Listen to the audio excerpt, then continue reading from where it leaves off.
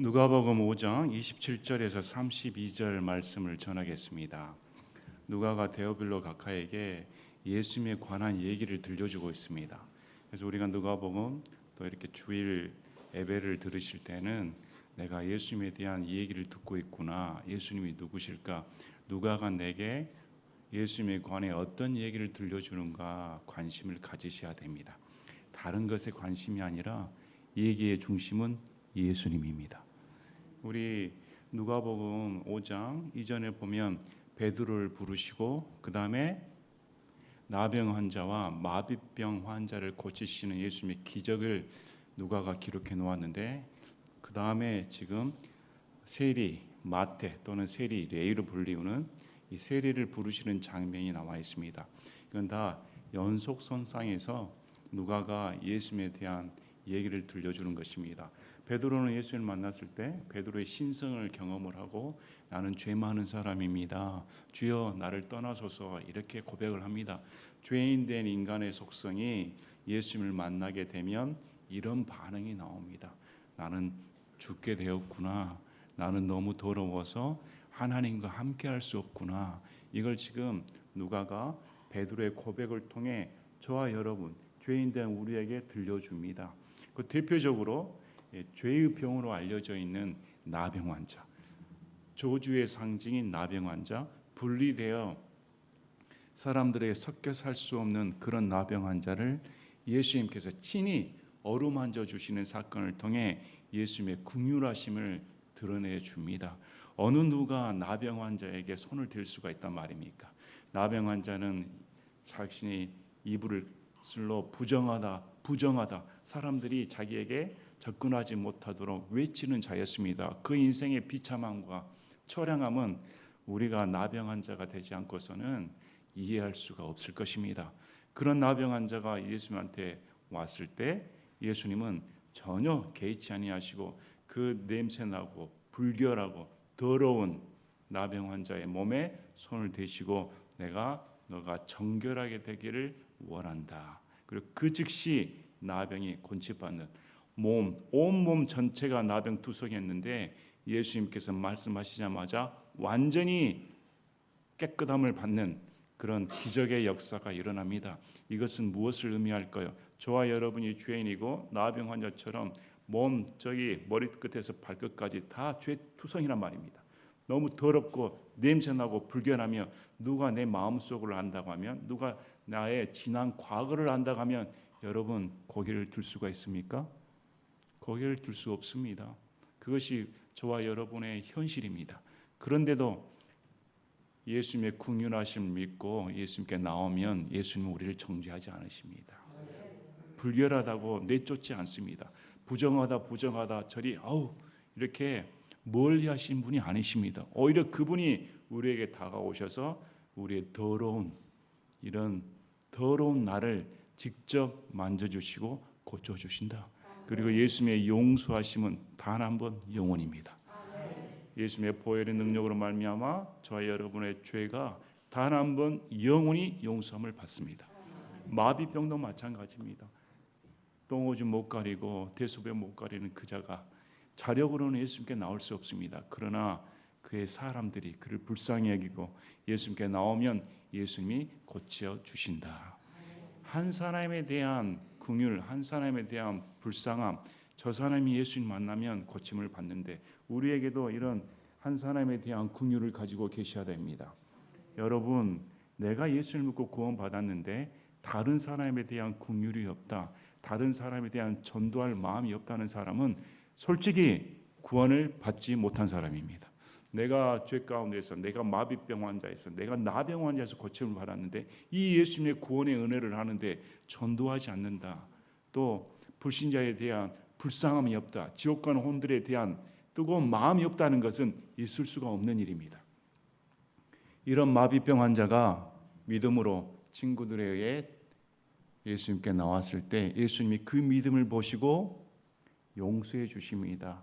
죄 사함을 받았다 말씀하십니다. 그뿐만 아니라 예수님이 하나님이라는 사실을 사람들에게 증명하게 주기 위해 마비병 환자를 그 즉시 일으켜 세워버립니다. 이것은 우리에게 뭘 말씀을 하실까요? 예수님은 우리에게 병 고치러 오신 분이 아닙니다. 저와 여러분의 인생의 평안을 주신 분이 아닙니다. 인생의 안정을 위해 오신 분이 결코 아닙니다. 예수님은 저와 여러분의 죄를 용서하기 위해 오신 분입니다. 이 예수를 만났을 때 죄의 용서함을 받는 그 사건이 지난번까지 기록되어 있고, 오늘은 대표적인 죄인 1호 목록이 나옵니다. 이 예수님이 죄인들을 용서해 주신데, 그럼 죄인 중에 1호 괴수는 누구인가? 오늘 세리마태 사건이 나오는 것입니다. 이 세리마태를 부르신 예수님을 생각하면 우리의 생각을 초월해 버립니다. 어떻게 저런 자를 부를 수가 있을까? 우리가 2000년 전에 유대 사회에 들어갔다고 하면 이것이 얼마나 충격적이고 놀라운 사건인 것을 이해를 합니다. 그러나 2000년 전에 대한 역사적인 배경을 모르니까 이 구절을 읽을 때 예수님이 지나가시다가 창세 전에 세리마태를 택하셨으므로 마태야 나와라 하니까 마태가 그냥 뭐에 홀린 것처럼 예수님의 명령에 그냥 쭉 따라가는, 이런 식으로 쉽게 생각하는 수가 있는데, 그걸 가르쳐주기 위해 지금 성경에서 기록한 것이 아닙니다. 지금 이 성경을 기록한 것은 세리마태 같은 이런 죄인이 예수님의 부르심을 받아 회개하여 용서함 받는 놀라운 구원의 역사가 일어났다. 예수님이 그 목적으로 이 땅에 오셨다. 마찬가지로 죄인 중에 우두머리고 괴수인 저와 여러분을 위해 예수님이 우리를 부르시고 회개하게 하기 위해 오셨다. 이것을 지금 기록해 놓은 것입니다. 자, 본문 9절 27절에 이 일들 뒤에 그분께서 나가시다가 이 사건이 벌어졌습니다. 베드로를 부르시고 나병 환자가 고침을 받고 마비병 환자가 고침을 받은 이 일들 후에, 지금 여기는 지역이 어디일까요? 가버나움입니다. 가버나움은 예수님의 도시로 알려져 있습니다. 예수님의 활동 무대였습니다. 거기 보면 베드로, 안드레, 야곱,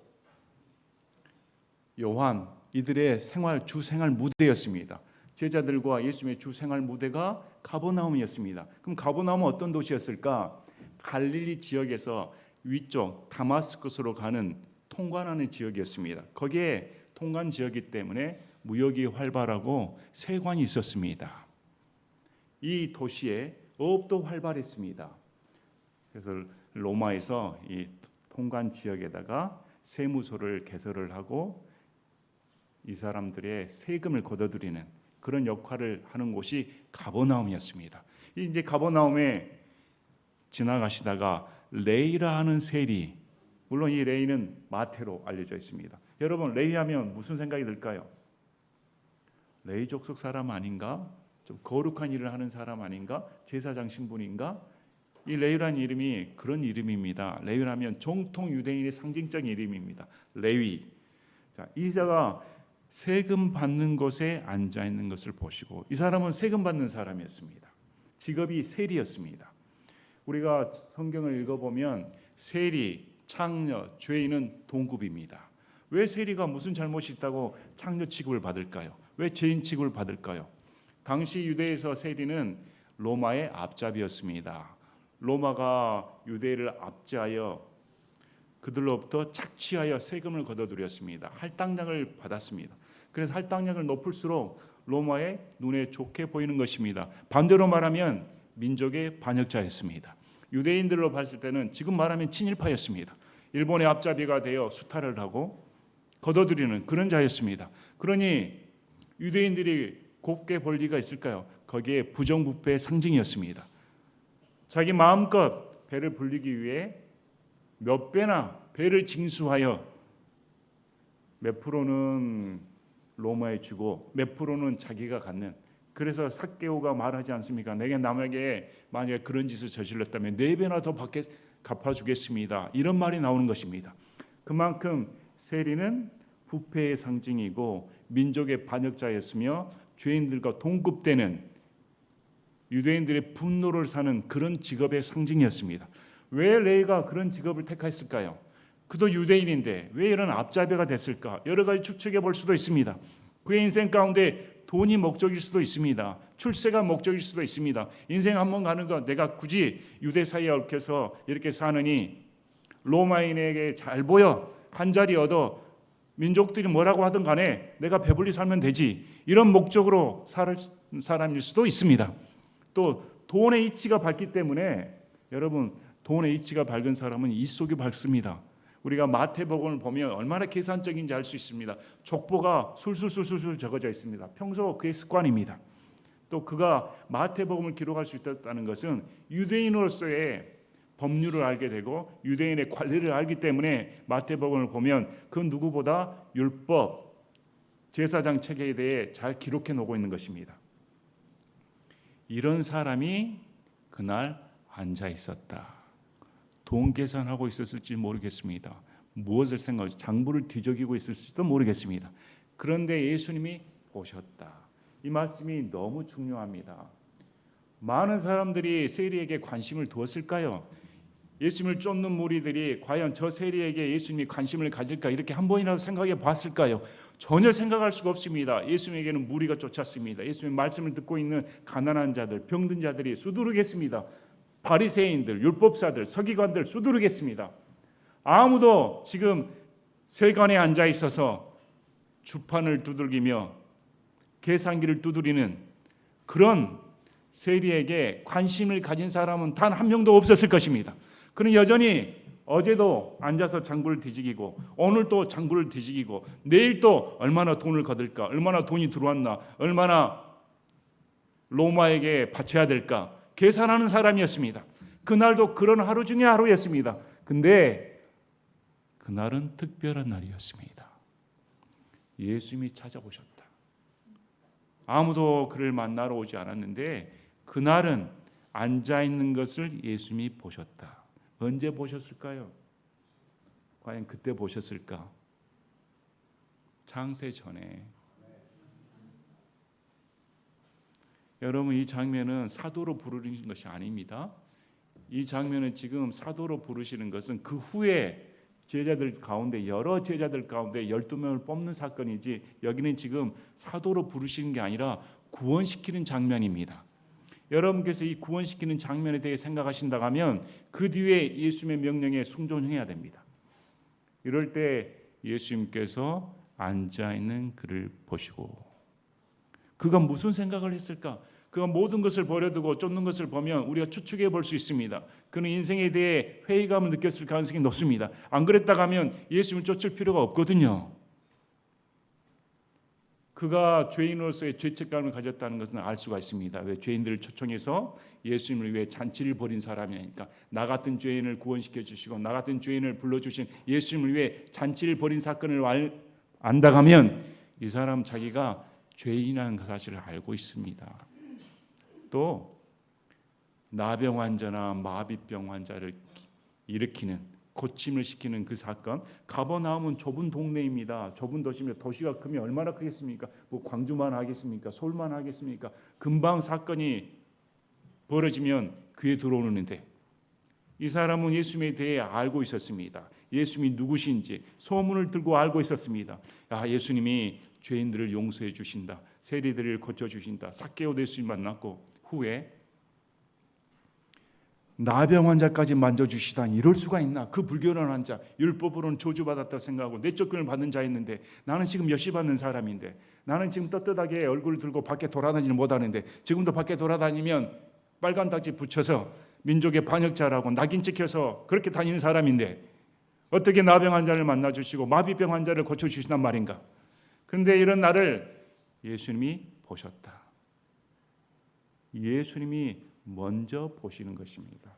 자, 레위가 먼저 찾아간 게 아니라 예수님이 이렇게 앉아있는 레위를 찾아가셨다. 그리고 보셨다. 예수님이 보시는 것은 훑어보는 것이 아닙니다. 우리 인생의 전반의 모든 것을 아시는 분입니다. 출생 전부터 지금까지의 모든 인생을 예수님이 아시고 그 상태, 그 마음 상태가 어떠한지, 그 공허함이 어떠하든지, 그 죄책감이 어떠하든지, 그 삶의 무게가 어떠하든지, 왜 인생의 깊이가 어떠하든지 모든 것을 아시는 분이 보셨다. 여러분, 예수님이 우리를 보신다는 사실에 기절하셔야 됩니다.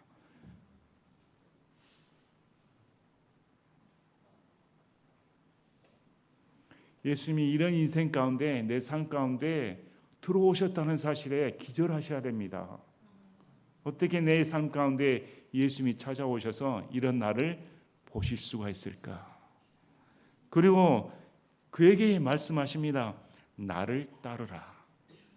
예수님이 우리에게 주신 최대의 선물이 뭘까요? 여러분은 예수님을 만나 무엇이 가장 큰 선물로 생각합니까? 이 레이에게 지금 자기 삶 가운데 파묻혀 있는 이 레이에게 예수님이 주실 수 있는 가장 큰 선물은 무엇일까요? 예수님 자신입니다. 이 레이에게 예수님이 자신을 선물해 주시는 것입니다. 나를 따르라. 많은 그때의 유대인들은 뭘 말을 했을까요? 율법을 지켜라, 회개해라, 민족의 반역자에 이제 돌아서라, 이렇게 요구할 수 있을 것입니다. 장녀 취급당하고 죄인 취급당하니까 이제 그 짓은 그만둬야 되지 않는가? 로마의 앞잡이 노릇은 그만해라, 이렇게 요구하는 것이 맞을 것 같은데, 아니면 하나님의 말씀에 순종해라, 하나님 말씀 따르라, 이렇게 말씀하는 것이 맞을 것 같은데, 예수님은 전체적으로 뭘 말씀하실까요? 나를 따르라.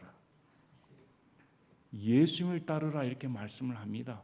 인생 가운데 가장 큰 전환점을 주시는 것입니다. 예수님이 초대해 주시는 것입니다. 나를 따르라.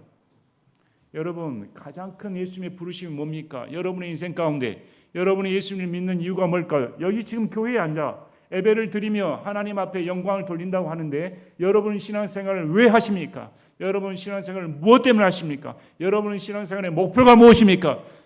성경은 분명하게 말합니다. 우리 신앙의 목표는 예수님입니다. 예수님께서 나를 따르라. 그가 모든 것을 버려둬 버립니다. 이 짧은 구절에는 레위의 삶의 여정을 보여줍니다. 그가 모든 것을 버려둘 수밖에 없던 이유가 자세히 기록되어 있지는 않습니다. 그러나 우리가 이해를 할 수가 있습니다. 이 사람에게는 예수님을 따르지 않고서는 인생의 문제가 해결되지 않는 그런 깊은 마음 가운데 고뇌가 있었구나. 마음 가운데 깊은 고뇌가 있었다는 걸 예수님께서 아시고 보시고, 야, 너 나 따라. 그러니 레이가 그 즉시 모든 것을, 우리 다른 이 기록된 사건이 마태복음, 마가복음에도 동일하게 기록되어 있습니다. 그러나 누가는 여기에 모든 것이란 말을 써줍니다. 모든 것. 이렇게 해석을 하기도 합니다. 베드로나 안드레, 야고보 이런 사람들은 모든 것을 버려두고 쫓았다고 하는데 다시 돌아갈 수가 있습니다. 다시 어업 생활할 수가 있습니다. 근데 레이는 다시 돌아갈 수가 없습니다. 세리직을 박차고 나온 순간 다시 세리가 될 수 없습니다. 다시 일상생활로 돌아가는 것은 불가능합니다. 그 모든 것을 다 버려뒀다는 것입니다. 여러분, 이것이 간단한 결단이 아닙니다. 여러분 같으면 여러분의 인생을 포기할 수가 있습니까? 여러분의 삶 전체를 예수님을 따르기 위해 모든 것을 버려둘 수가 있습니까? 과연 우리는 무엇 때문에 예수님을 믿고 있습니까? 이 정도는 남겨놓고 이 정도는 예수님께 투자한다. 비례 정도 100%가 아니라 내가 10%만 해도 많이 투자하고 있는데, 내가 20%만 투자하면 이만큼 투자했는데 으쓱되지 않습니까? 그래 놓고 버렸다고 생각합니다. 이 정도 희생하면, 이 정도 감내하면 예수님을 따르는 거 아닌가, 이렇게 자기를 위로하기도 합니다. 다른 사람과 비교해서 이만큼 하면 내가 잘하고 있는 것이지. 그런데 성경은 그렇게 말하지 않습니다. 예수님 외에 모든 것은 버려야 된다. 예수님 외에 가족을 포기하는 말이 아닙니다. 직장을 포기하는 말이 아닙니다. 지금 예수님께서 우리에게 말씀하시는 것은 예수님 외에 그 어떤 것도 예수님을 대체할 것이 없다는 것입니다. 여기 보면 나를 따르라, 이것은 제자들에게 하는 말씀이 아닙니다. 구원받는 초신자에게 하시는 말씀입니다. 무슨 말씀입니까? 우리가 구원받는다고 하면 모든 것 위에 예수님을 놓고 쫓아야 됩니다. 예수님을 따르는, 그분을 따르니라. 자, 성경은 명확하게 말씀을 합니다. 이제 이 레위의 인생이 그분을 따르는 것으로 바뀌었습니다.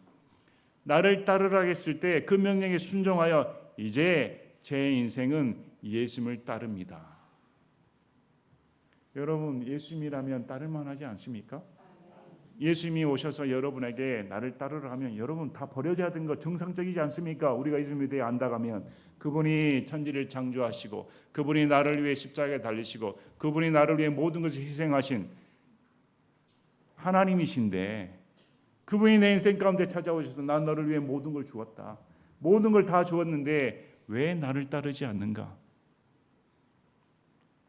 우리 오늘 보시면 레이 인생 가운데 이런 삶의 전환점이 있다가니 얼마나 감사한가. 우리 삶으로부터 앉아 있어서 항상 반복되는 일상생활 속에 무엇이 꿈인지도 모르고 꿈조차 없습니다. 여러분 예수님을 몰랐더라면 여러분의 인생 꿈 뭡니까? 부모들은 자식 잘 되는 거? 부모의 꿈은 뭡니까? 손주 보는 거? 자녀들은 직장 얻는 거? 좋은 배우자 얻는 거? 학교에서 1등하는 것? 여러분의 소원은 뭡니까? 인생의 꿈이 뭘까요? 이런 건 순식간에 사라지는 거 아닙니까? 이런 순식간에 뜬구름 같은 것을 잡아봤자 순식간에 사라져버립니다. 근데 가장 큰 선물인 예수님이 우리한테 나를 주겠다. 예수님 전체를 주겠다. 나를 따르라. 이렇게 초대의 삶을 해주니 우리 인생이 참 놀랍지 않습니까? 이런 예수님을 쫓을 수 있다니, 내가 예수님을 따르는 사람이 된다니, 내가 예수님을 주라 부를 수 있다니, 이 얼마나 감격할 일입니까? 자, 여기 보면 그분을 따르니라, 그리고 그분을 위해, 이제 인생이 완전히 바뀌어버렸습니다. 여기는 누가복음에만 기록되어 있습니다.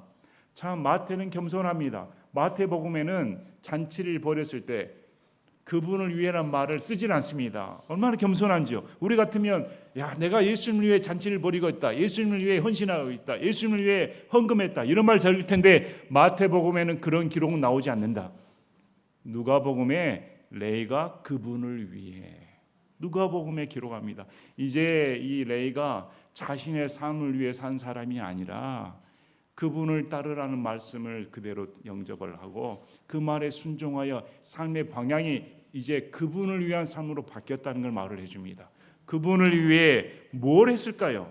자기 집에서 큰 잔치를 베풀었는데 세리들과 또 그들과 함께 앉아있는 다른 사람들의 큰 무리가 있더라. 자, 보시기 바랍니다. 구원받은 사람의 특징이 나옵니다. 뭘 나옵니까? 나 같은 죄인을 부르신 이 예수님을 위해 잔치를 벌이며 죄인들을 초대했다는 사실입니다. 죄인들을 초대해서 나를 부르신 예수님을 보라는 것입니다. 마찬가지입니다. 여러분이 구원받았다고 하면, 여러분이 부르심을 받았다고 하면 반드시 예수님을 그들에게 알려줘야 됩니다. 이 예수님이 누구신가? 그래서 그분을 위해 잔치를 벌였습니다. 큰 잔치를 벌인 걸 봐, 많은 사람들이 몰려드는 걸로 봐, 이 사람은 부자였습니다.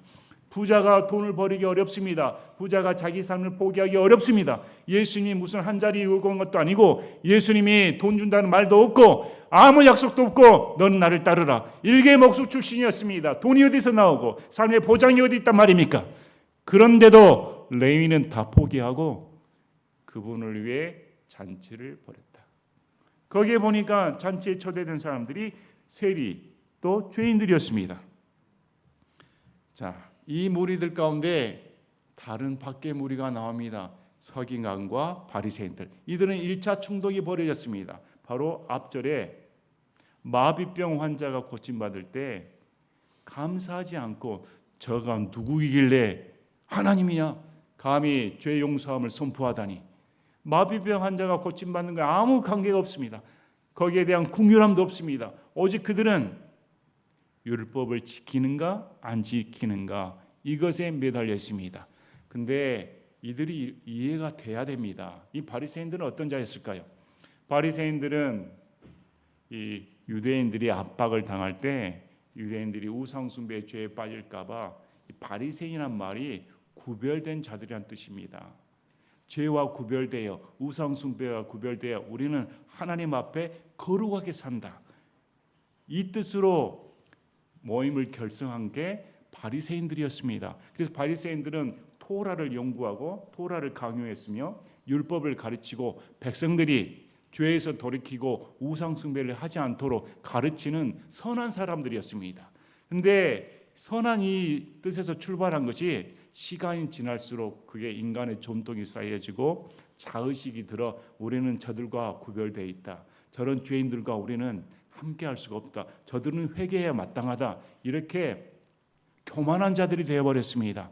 그들 입장에서는 10분 이해가 됩니다. 왜 저렇게 죄를 짓고 창녀짓을 하며 세리짓을 하는 그 죄인들은 하나님 뜻을 이루지 못한 사람들이다. 우리처럼 올바르게 가르쳐서 죄로부터 멀리하고 하나님을 높이며 율법을 지키는 자들이 의로운 자들이다. 그들 입장에서는 당연한 거였습니다. 그들 눈에 봤을 때는 예수님은 이단이었습니다. 아니 예수님이 나타나 나병 환자를 손을 대버리고 안식일날 고쳐버리시고 이런 율법을 어기는 행동을 하며 죄인들과는 구별되어야 되는데 오히려 죄인들과 함께 먹고 마시니 죄를 조장하는 자이다. 그런데 더 놀라운 사실은 백성들이 예수님을 더 많이 따른다는 사실입니다. 그래서 이 바리새인 입장에서는 위협감을 느꼈습니다. 저 예수라는 작자가 저런 짓을 하고 있으니 필히 가만히 놔둬서는 안 되겠다. 그런 마음으로 본 것입니다. 긍휼함이 없어버립니다. 우리가 교회 다닐 때도 조심해야 됩니다.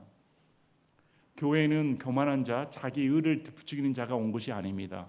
교회는 내가 죄인입니다. 내가 더럽습니다.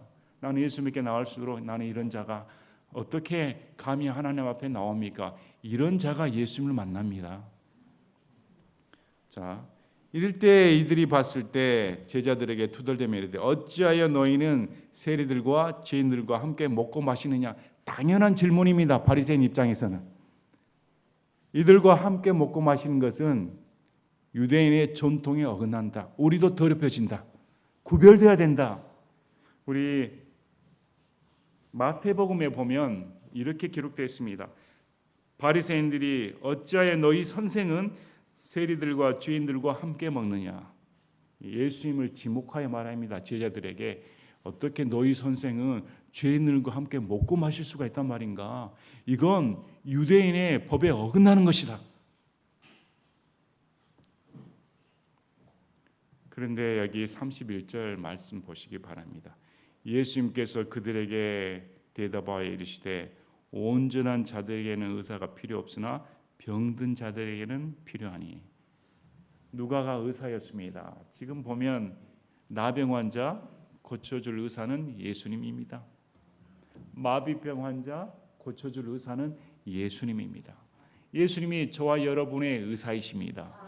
여러분 병에 걸렸으니까 병원에 오지 무슨 병원 구경하러 다니십니까? 병이 있으니까 의사 찾아가 고침을 받으러 가지.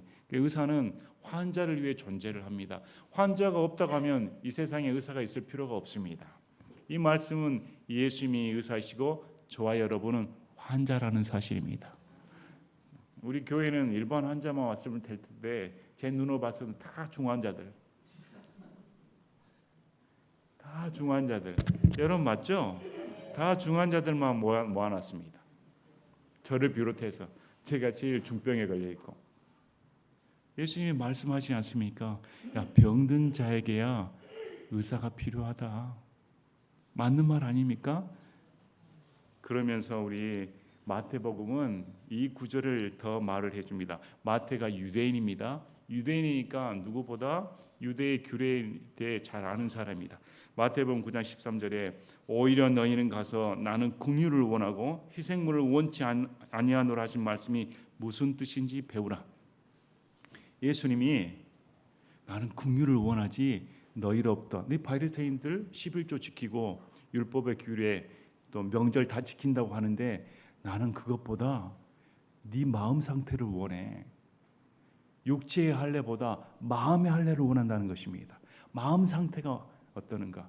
교회에 와서 이것이 어떻습니까? 저것이 어떻습니까? 이거 고쳐야 됩니다. 저거 고쳐야 됩니다. 이게 중요한 게 아니라 너의 마음 상태는 어떤가? 진짜 내 마음 상태 가운데 긍휼함이 있는가? 불쌍한 마음을 느끼는 게 있는가? 동정심이 있는가? 그 마음이 중요하다. 근데 교회에 와서 시간이 지나다 보면 목이 뻣뻣해지고 내가 몇 년 신앙생활 했는데 나는 어쩐데 자기 목소리를 내면 그 사람은 잔치에 없는 사람입니다. 바리새인처럼 바깥에 남을 정죄하는 사람일 뿐입니다. 지금 잔치에는 누가 있습니까? 잔치의 주인공은 예수님이고 잔치에 있는 사람도 누구일까요? 다 죄인들입니다.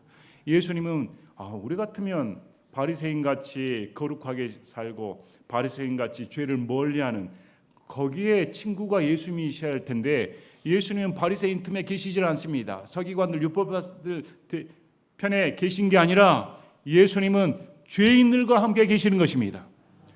여러분 분명히 생각하셔야 됩니다. 예수님은 의인과 함께 할 수 없습니다. 저 천국에도 의인과 함께 할 수 없습니다. 저 천국에도 예수님은 죄인들과 함께 계신다. 어떤 죄인? 용서받은 죄인. 우리가 예수님을 모시고 잔치를 벌이려면 내가 죄인입니다. 내가 더럽습니다. 내가 교만한 자입니다. 이런 자가 예수님께 잔치를 벌였습니다. 그래야 잔치에 흥이 납니다. 기쁨이 있으니까. 여러분의 기쁨의 근원은 뭡니까? 구원 아닙니까? 내가 구원받은 것 때문에 잔치가 벌어지죠. 예배당에 왜 우울하십니까? 왜 인상을 쓰고 다닙니까? 왜 여러분의 삶 가운데 기쁨을 못 누릴까요? 구원의 감격이 떨어져 버리니까. 내가 지옥 감각으로부터 구원받았다고 하면 이 감격이 떨어질 수가 없는데 내가 당장 지금 죽으면 이 내 발 밑에 있는 실제 존재하는 지옥 불구덩이에 빠질 텐데 거기서부터 건져 나왔는데 이 얼마나 놀라운 감격이란 말입니까? 그걸 이루기 위해 예수님이 나를 위해 죽으셨는데 하나님이신 그분이 온 천지 만물을 지으신 그분이 나 한 사람을 위해 죽으시고 작정하시고 오셨는데 그걸 생각하면 잔치를 벌여야 되지 않습니까? 여러분의 삶 가운데 잔치가 일어나지 않는다. 그건 그분을 위하지 않고 있는 것입니다. 그분을 위한다고 하면 잔치를 벌여 사람들을 초청하고 내가 만난 예수님이 누구신지 보여줘야 됩니다. 그래서 지금 오늘 말씀을 보시면 이 예수님의 말씀을 통해 우리에게 난 너희에게 거칠애를 원하는 게 아니다.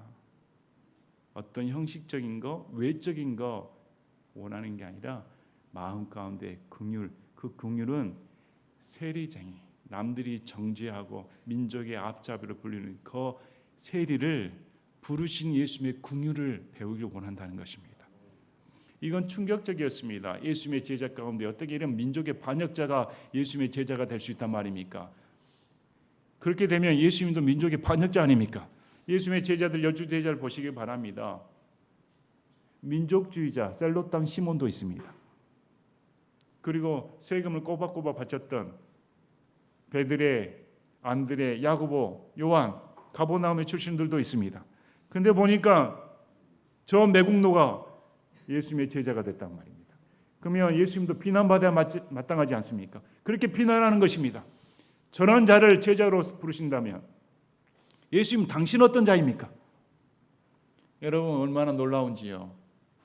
그런 비난을 감수하고 저와 여러분을 부르신 것입니다.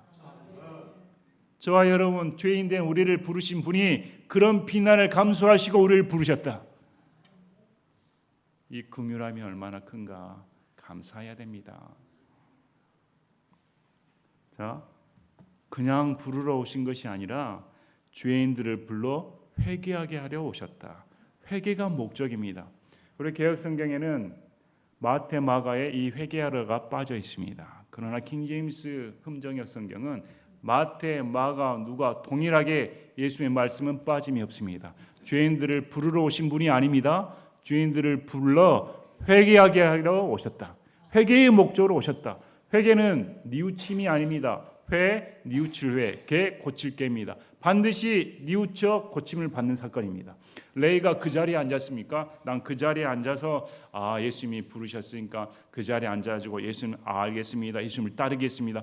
하는 짓 그대로 하고 있습니다. 이것은 회개가 아닙니다. 성경에 어떻게 나옵니까? 박차고 일어나 모든 것을 버려두고 그분을 위해 산다. 이것이 회개입니다. 오늘 가짜 회개가 얼마나 많을까요? 달콤한 회개, 마음의 감정적인 회개, 행동의 변화가 없는 회개, 뉘우침이 없는 회개, 애통함이 없는 회개, 삶의 변화가 없는 회개는 가짜입니다. 예수님은 죄인을 부르러 오신 분이 아닙니다. 죄인을 부르러만 오시고 구원시킨 분이 아니라 회개하게 하려 오셨다. 반드시 회개의 열매를 맺어야 됩니다. 오늘 말씀을 보시면 누구를 부르셨나? 이런 죄인 중에 우두머리로 불리우는, 죄인 중에 대표로 불리우는, 비난받아야 마땅할 세리를 정죄하지 아니하시고 예수님이 은혜의 삶 가운데 초대해 주셨다. 그리고 그 레위는 다시는 돌아갈 수 없는 강을 건너버렸습니다. 다시는 뒤돌아갈 수 없는 강을 건너버려 예수님을 따르는 삶을 살게 되었다. 저와 여러분도 마찬가지입니다. 예수를 만난 순간 이전의 삶과 절대 같이 갈 수가 없습니다. 다시는 돌이킬 수가 없습니다. 예수님과 함께 죽고 사는 것입니다. 그분을 위해 살게 되었다. 1990년 9월 20일은 제가 예수님 만난 날입니다. 그날을 어떻게 잊을 수가 있습니까? 제 삶 가운데 변화가 일어나는 날인데, 저는 예수님이 살아계신다는 거 전혀 인정하지도 않고 알고 싶지도 않고 관심도 없었습니다.